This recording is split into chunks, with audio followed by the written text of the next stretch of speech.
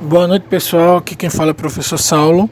Hoje nós vamos começar o primeiro módulo de Física 3, que é Fundamentos à Óptica Geométrica, certo? Esse assunto também é extremamente importante ao longo de Física 3, porque ele dá as noções básicas que a gente precisa ter na nossa linguagem, no nosso cotidiano, para começar a entender como é que funciona o comportamento da luz.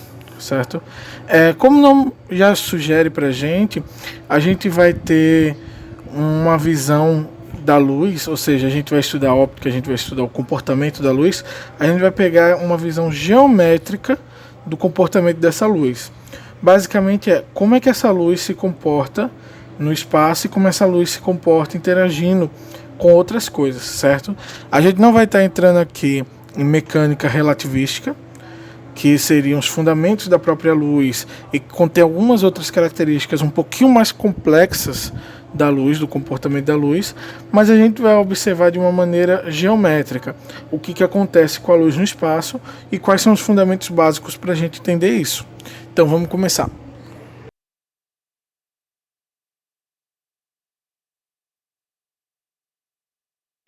Então a gente vai começar se questionando sobre a natureza da luz, o que é a luz, certo? Existem três grandes teorias que foram propostas ao longo dos séculos que surgem para tentar explicar a natureza da luz.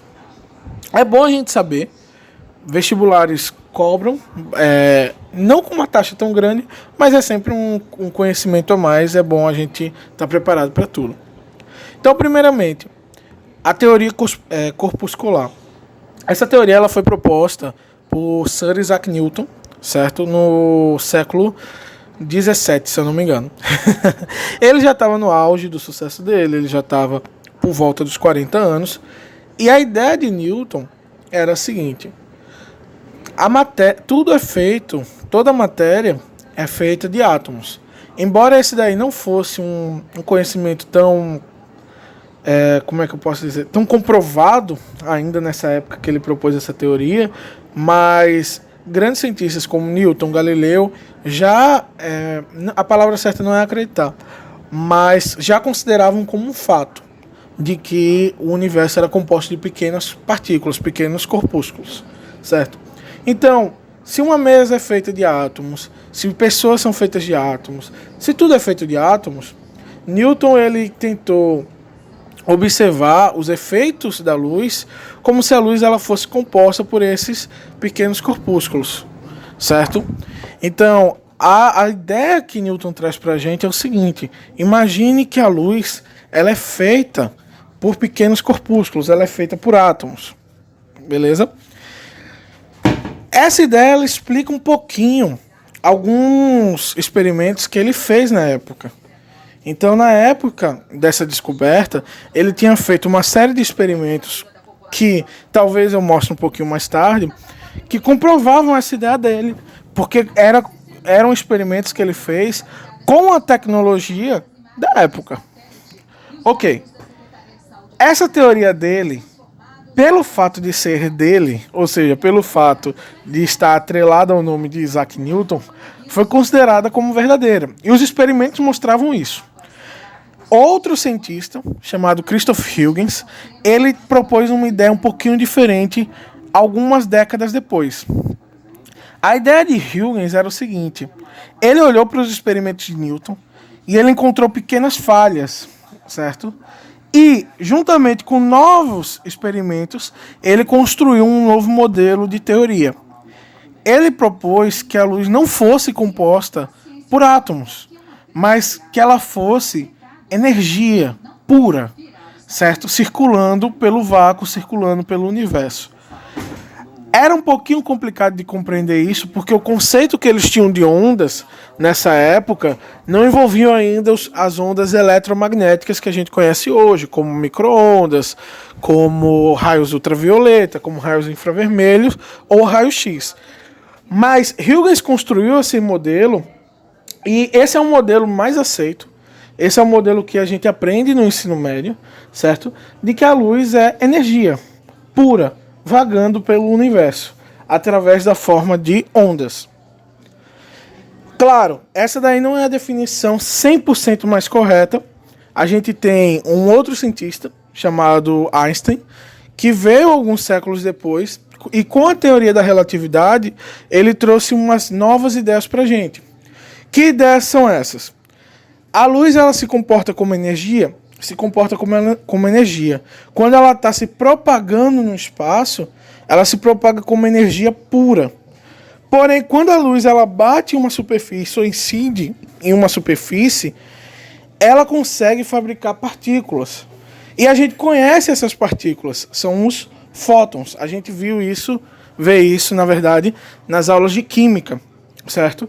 A luz, ela interage com os átomos, interage com os elétrons, dá energia para os elétrons.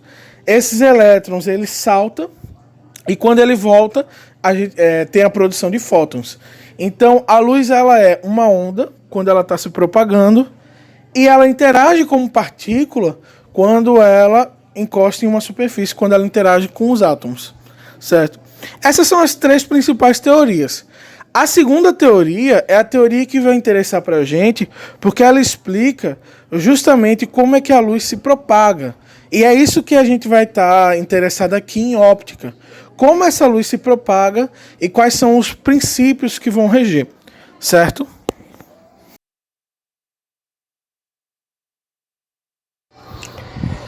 Então, quando a gente vai falar em luminosidade, a gente tem que citar sempre raios de luz, que são, na verdade, as linhas sobre as quais a gente representa a direção e o sentido que a luz está se propagando, certo? Quando você tem um único raio, a gente chama de raio. Quando você tiver um conjunto de raio, ou seja, você tiver várias linhas de luz juntas, a gente vai chamar de feixe, certo? A figura aí está mostrando para a gente os três tipos de raios de luz que podem ter, os três tipos de feixe. A gente pode ter raios de luz convergente, ou seja, que vêm de pontos diferentes e convergem num único lugar. A gente pode ter raios de luz divergentes, ou seja, que se espalham ao longo do caminho, que se afastam ao longo do caminho. Ou a gente pode ter raios de luz paralelos, que sempre se encontram paralelos um em relação ao outro, ou seja, eles sempre estão na mesma distância um em relação ao outro, certo? Quais são os fenômenos que existem de luminosidade que a gente pode citar? A gente pode citar em três fenômenos básicos. É claro que existem outros, mas existem três básicos: reflexão, refração e absorção.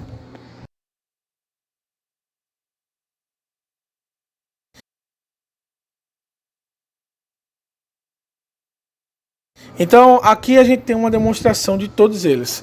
O primeiro exemplo que a gente tem é de reflexão. Qual é o princípio da reflexão? A gente está vendo aí um feixe de luz que está no meio 1 e ele está batendo numa superfície. Então, os raios desse feixe estão incidindo em uma superfície. Quando esses raios incidem, eles simplesmente estão voltando.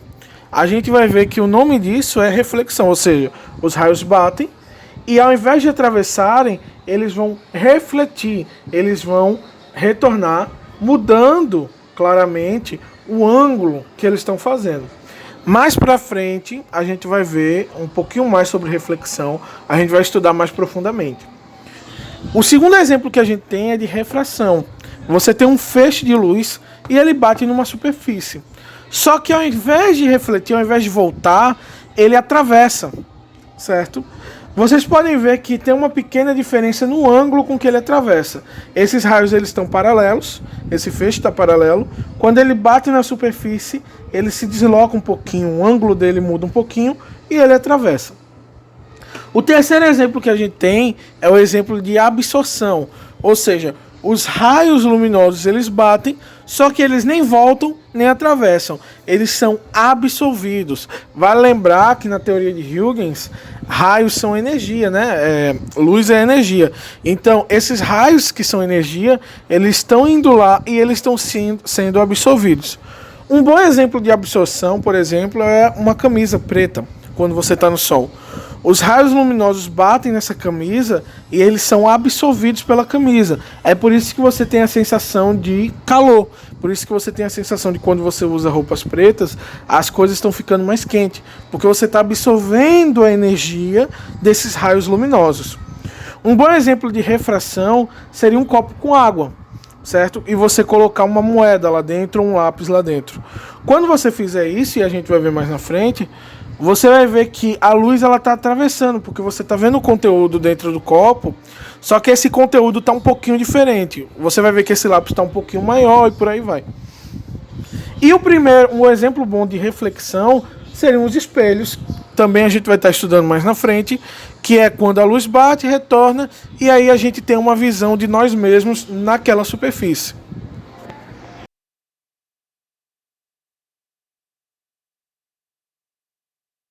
Algo que sempre confunde bastante os alunos é a teoria das cores, certo?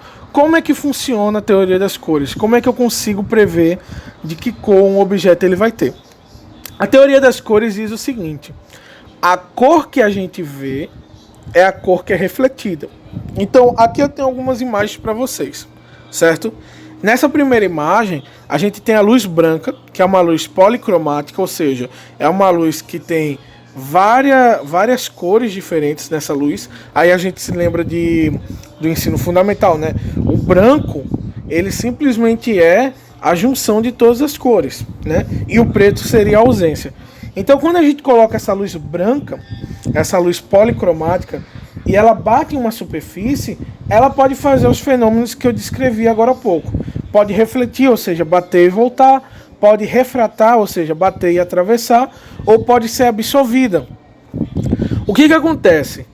Nessa primeira imagem, a gente está vendo um feixe de luz branca e nessa superfície aí. O que acontece? Esse feixe de luz branca que está indo nessa superfície, ele está batendo e grande parte da luz está sendo absorvida. Você vê que só o que está saindo é um único raio. Aquele feixe todo incidiu e um único raio está saindo. Para onde é que foram os outros raios? Vamos lá. Se não está refletindo e se não está refratando, ele foi absorvido. Então, as superfícies, elas absorvem luz e elas refletem luz também, dependendo da superfície que você tem. Nesse caso, a luz está batendo e aquela luz branca está sendo absorvida. O único raio de luz que está saindo é a luz azul. E para um observador, o que vai acontecer? Para uma pessoa que está vendo, isso daqui está azul. Então, vamos repetir de novo para a gente entender. A luz branca, ela bate nos objetos, bate nas superfícies e parte dela é absorvida. Por que você enxerga cores? Porque algum raio de luz está refletindo. A cor vermelha quer dizer que a luz branca bateu na superfície, todos os comprimentos de onda foram absorvidos e o vermelho foi refletido. A cor que você enxerga é sempre a cor refletida. Beleza. Então, se eu enxergo azul, é porque está sendo refletido azul. Se eu enxergo laranja, é porque está sendo refletido laranja. E se eu enxergo... O branco é a junção de todas as cores. Se você enxerga branco, é porque você está refletindo todas as cores. E se eu enxergar preto? O preto, ele nada mais é do que a junção de todas as cores, né? Aliás, desculpem. O preto nada mais é do que a ausência de todas as cores. Se você está enxergando preto, é porque você não está enxergando cor nenhuma, na verdade. Certo? Então, cor específica. Você enxergou azul, é porque refletiu azul. Enxerguei branco, é porque refletiu todas as cores, assim como está na segunda imagem aí. Enxerguei preto, é porque nenhuma cor refletiu. Toda a cor foi absorvida. Toda a luz foi absorvida.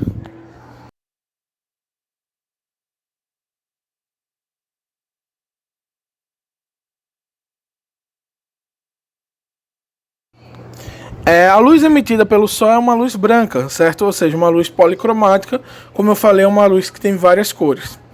Vocês já devem conhecer o experimento famoso de Newton com o prisma, que algumas pessoas conhecem como a capa do disco do Pink Floyd, The Dark Side of the Moon. que está acontecendo naquele experimento? Newton, ele coloca uma luz branca de um lado para atravessar no prisma. Aquele prisma, ele faz um fenômeno chamado de dispersão. Ou seja, ele pega essa luz, ele faz essa luz se espalhar. Essa luz que ela se espalha. Quando essa luz se espalha, ela sai do outro lado com todos os feixes de cores. E aí a gente vê um arco-íris. Então entrou luz branca, sofreu dispersão no prisma, saiu todas as cores, a gente vê um arco-íris, né? E aqui tem algumas cores para a gente anotar: vermelho, laranja, amarelo, verde, azul, anil e violeta, certo? Uma curiosidade bem interessante para a gente é que o arco-íris, na verdade, ele só tem 6 cores, certo? A gente crê que o arco-íris tem 7, mas ele só tem 6. O arco-íris ele é composto de luz vermelha, de luz laranja, amarela, verde, azul e violeta. Anil é um tipo de azul. Mas Newton, que foi quem conduziu esse experimento, ele era um teólogo, ele acreditava muito no número 7 por causa da relação com a Bíblia, e ele propagou essa ideia de que o arco-íris teria 7 cores, pela simbologia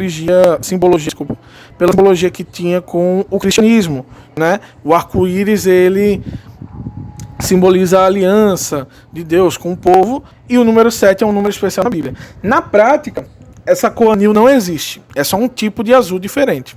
Mas ele colocou aqui, novamente, luz branca incide, prisma, e quando sai, sofreu dispersão, você enxerga todas as cores, você enxerga uma luz.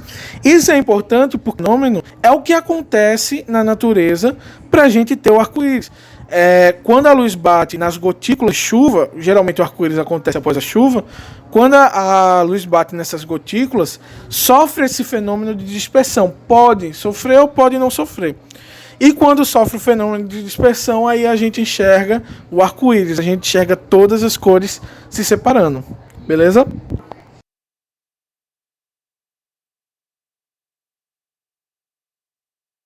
Então a gente vai falar agora de alguns conceitos básicos, certo? A gente tem corpos que nós chamamos de corpos luminosos, que são fontes de luz primária. O que são corpos luminosos? São corpos que produzem a própria luz. O melhor exemplo seria o Sol, não é? Lâmpadas também produzem a própria luz. Então a gente tem como uma fonte de luz primária, certo? Uma vela produz a própria luz, é uma fonte de luz primária, é um corpo luminoso, é um corpo que produz luz. E a gente tem corpos iluminados, ou seja, fontes de luz secundárias. São todos aqueles corpos que são, como o próprio nome sugere, iluminados por outros corpos. Então o Sol ele é uma fonte de luz primária, porque ele produz a própria luz, e a Lua é uma fonte de luz secundária. A Lua emite luz própria? Não. Mas quando você enxerga na Lua, você enxerga a Lua com uma certa luz, certo? Por causa dos fenômenos de reflexão que a gente vai ver mais adiante.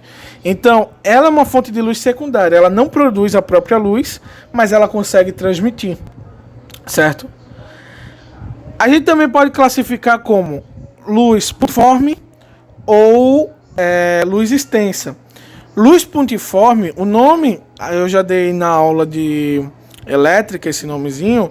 Luz pontiforme, pontiforme significa em forma de ponto. Toda vez que a gente falar da palavra pontiforme, a gente está falando de dimensões desprezíveis. Ou seja, é uma fonte de luz que a gente pode considerar como se fosse um ponto. Beleza?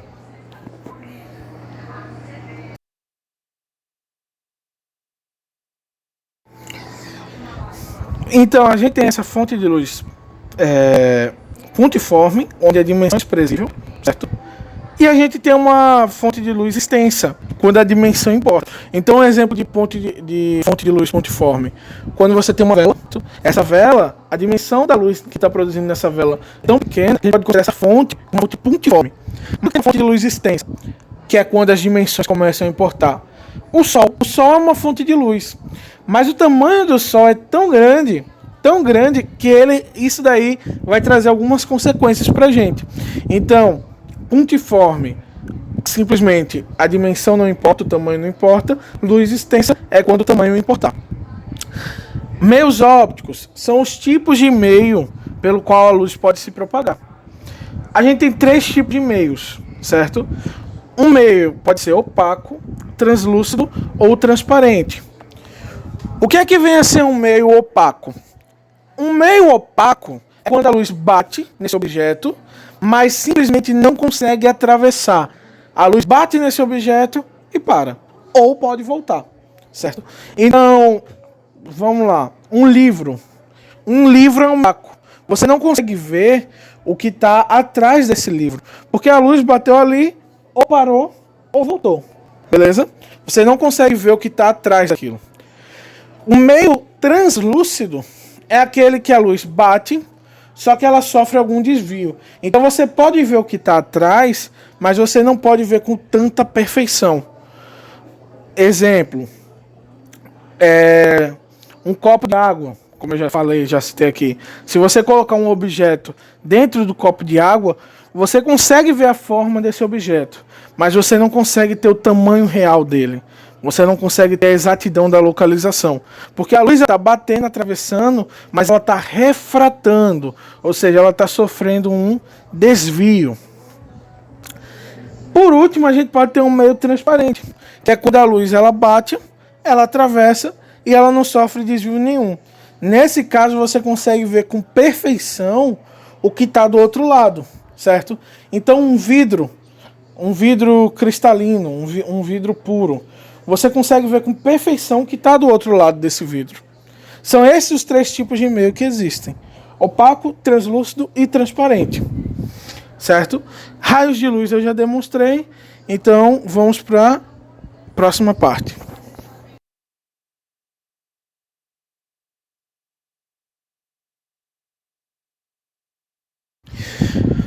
Agora a gente vai falar um pouquinho sobre os princípios da óptica geométrica, né? São 3 princípios básicos e que são bastante importantes para a gente, né?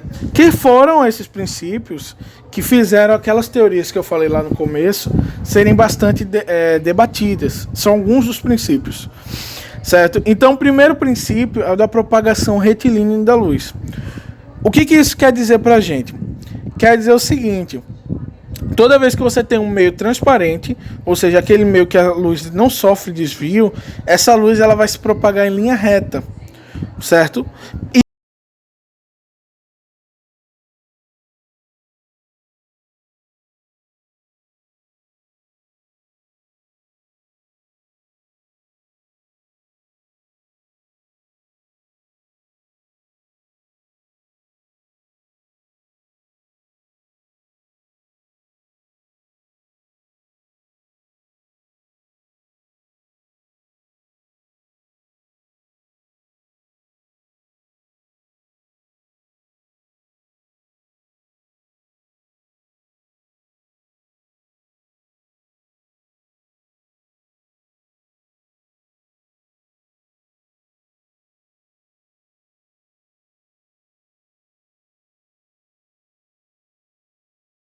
Isso tem uma consequência extremamente importante para a gente. Um tipo de meio transparente é o ar, certo? Você consegue ver as coisas através do ar, ele é um meio transparente para a gente. Então, no ar, por exemplo, a luz ela vai se propagar em linha reta. E isso vai facilitar bastante as nossas equações.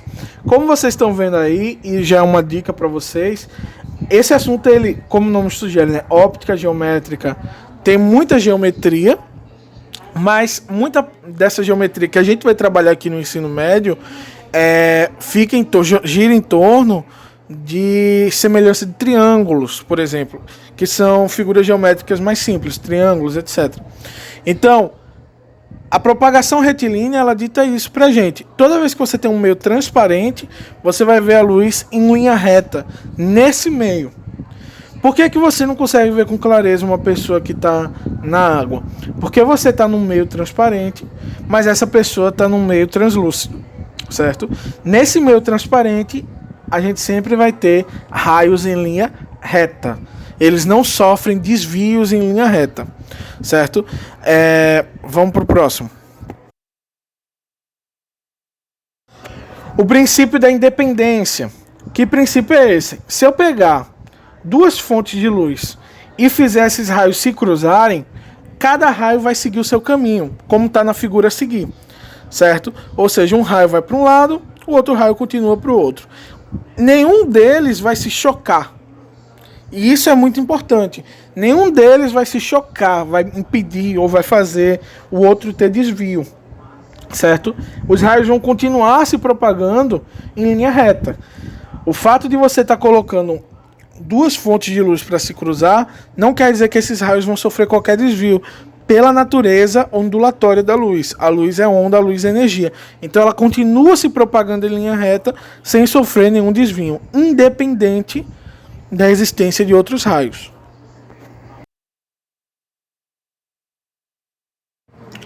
Princípio da reversibilidade da luz, que é o seguinte: a luz ela sempre consegue fazer o caminho contrário. O caminho não depende do sentido da propagação.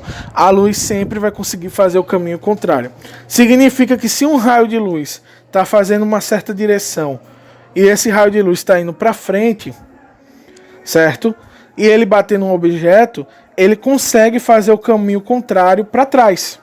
Ele pode ir para frente e ele pode fazer o caminho oposto para trás. Os raios de luz são reversíveis, certo?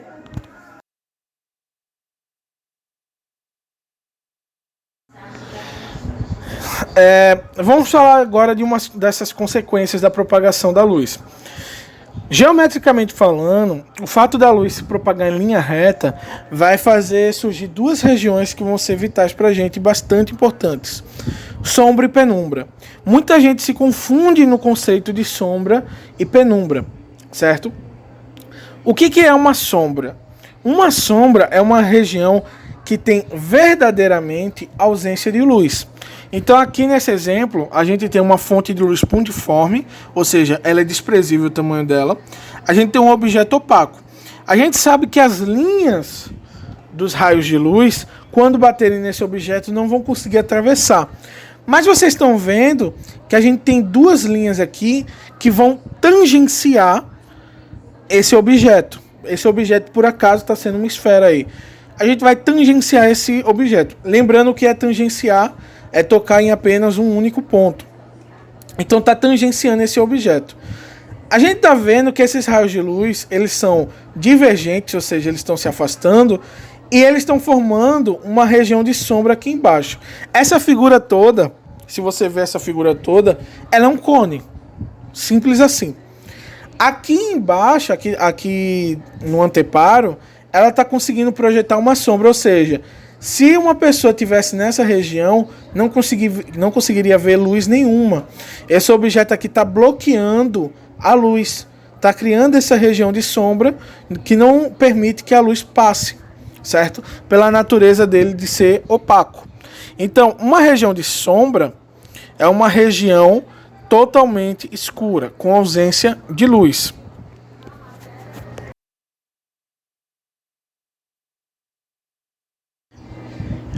E aí o que acontece? Agora a gente não vai trabalhar mais com fontes putiformes. Vamos trabalhar agora com fontes extensas. Ou seja, agora as dimensões vão importar, o tamanho vai importar. O que a gente vê aqui nessa figura? A gente consegue ver, olha, as mesmas duas linhas de antes, tangenciando o objeto e formando aquela região de sombra, que é aquela região maior lá. Só que agora, como essa luz ela é extensa, ela consegue também aqui do topo tangenciar de um outro ângulo. Agora a gente tem quatro retas tangentes ao invés das duas que a gente tinha anteriormente. Essa região central aqui, olha, com uma circunferência similar do objeto, é uma região de sombra. É uma região que simplesmente não tem luz, ausência total de luz.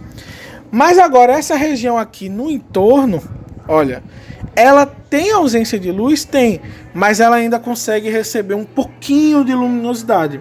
É uma região escura? É, mas ela recebe um pouquinho de luminosidade justamente pelo fato da fonte ser extensa.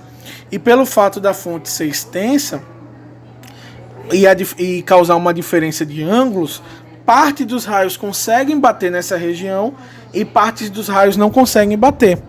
Então, você tem uma região de sombra verdadeira, uma região de escuridão total, e você tem uma região que a gente chama de penumbra, que é uma região de pouca luminosidade. É quase como se fosse uma sombra, mas ainda tem algum resquício de luminosidade.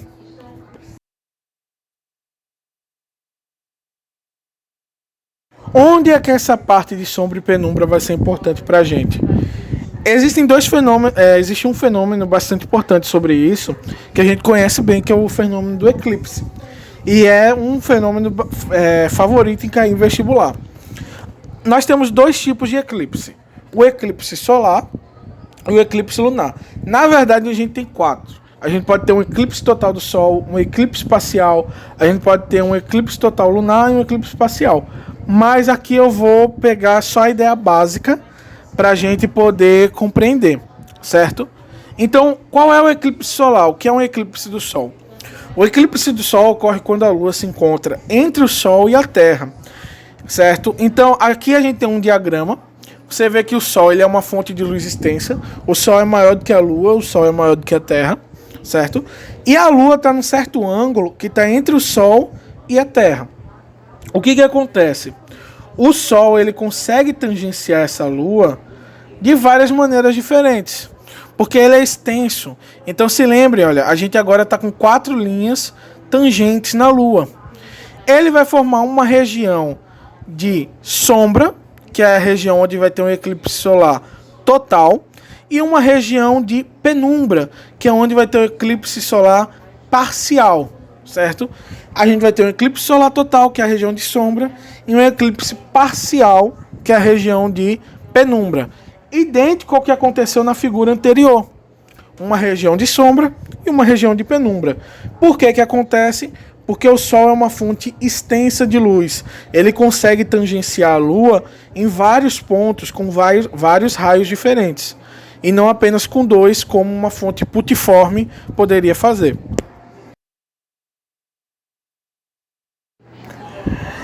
Já o eclipse da Lua, ele é um pouquinho mais simples, certo? A gente sabe as fases da Lua, Lua cheia, Lua nova, e o eclipse da Lua vai acontecer de certa maneira. Aqui a gente tem várias posições que a Lua poderia estar na imagem. Então tem a posição 1, a posição 2, a posição 3, a posição 4, a posição 5. O que acontece? Quando essa Lua ela estiver na posição 3, ou seja, a Terra está entre o Sol e a Lua, simplesmente a Terra agora está projetando uma sombra na Lua. Perfeito. A Terra está projetando uma sombra na Lua. O que isso quer dizer? Isso quer dizer que a Lua, que é uma fonte secundária, uma fonte que não emite luz própria, se ela está recebendo a sombra da Terra, simplesmente você não vai conseguir enxergar a Lua. Quando a Lua está nessa posição 3 aqui, você não vai enxergar a Lua de maneira nenhuma. Ela está escondida. Quando a Lua está nessa posição 2 e nessa posição 4, ela está na penumbra da Terra. Certo? Se ela está na penumbra, você consegue ver resquícios da Lua, mas você não consegue ver a Lua com clareza. Então você teria um eclipse parcial. Certo? E o que acontece quando a Lua está na posição 1 ou na posição 5? A gente conseguiria ver a Lua? Não. Por que a gente não conseguiria ver a Lua? Porque a Lua está, em relação à Terra, ela não está recebendo luminosidade do Sol, então ela não consegue também fabricar imagem. Então nessas posições aqui a gente tem eclipses parciais e totais, certo?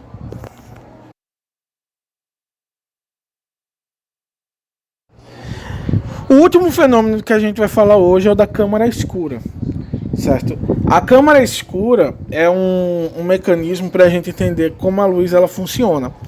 Então, aqui a gente tem uma caixa, nessa primeira imagem, e tem uma árvorezinha aqui na frente.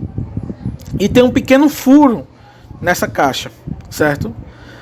A luz que vem de fora, ó, tangencia a árvore, e os raios tangentes vão passar por esse furo. Agora olha só o que acompanha. Esse raio verde que vem das folhas, ele está tangenciando a árvore de ponto que quando ele bater no anteparo da caixa escura, simplesmente ele vai bater lá embaixo. E esse raio marrom que vem aqui da parte de baixo da árvore, ele tangencia a árvore, de modo que quando ele atingir o furo, ele vai bater no anteparo na parte superior. Então essa imagem vai ficar de cabeça para baixo. Essa árvore vai ser vista de cabeça para baixo. Perfeito? A gente tem aqui um outro exemplo com a vela. Então, a vela está sendo projetada na frente dessa caixa escura, dessa câmara escura, e com ela vai acontecer um fenômeno similar. A parte de cima dela vai ser tangenciada e vai aparecer embaixo, e a parte de baixo vai aparecer em cima, certo? Então, se você ver aí, ela vai aparecer no anteparo de cabeça para baixo. A imagem é meramente ilustrativa, lembra a todos vocês que fogo é energia, fogo não tem sombra. Então a imagem é só ilustrativa para vocês entenderem que quando a gente está diante de uma câmara escura, esses raios tangentes eles vão se locomover de tal forma que a gente vai ver o objeto de cabeça para baixo. Beleza? A gente vai encerrar a aula por aqui, galera. A gente cobriu os tópicos básicos da luz. A próxima aula da gente desse assunto, que vai ser quinta-feira, vai ser sobre espelhos planos para concluir esse capítulo, e a gente vai fazer algumas atividades. Beleza? Boa noite a todos e bom descanso aí. Estudem sempre.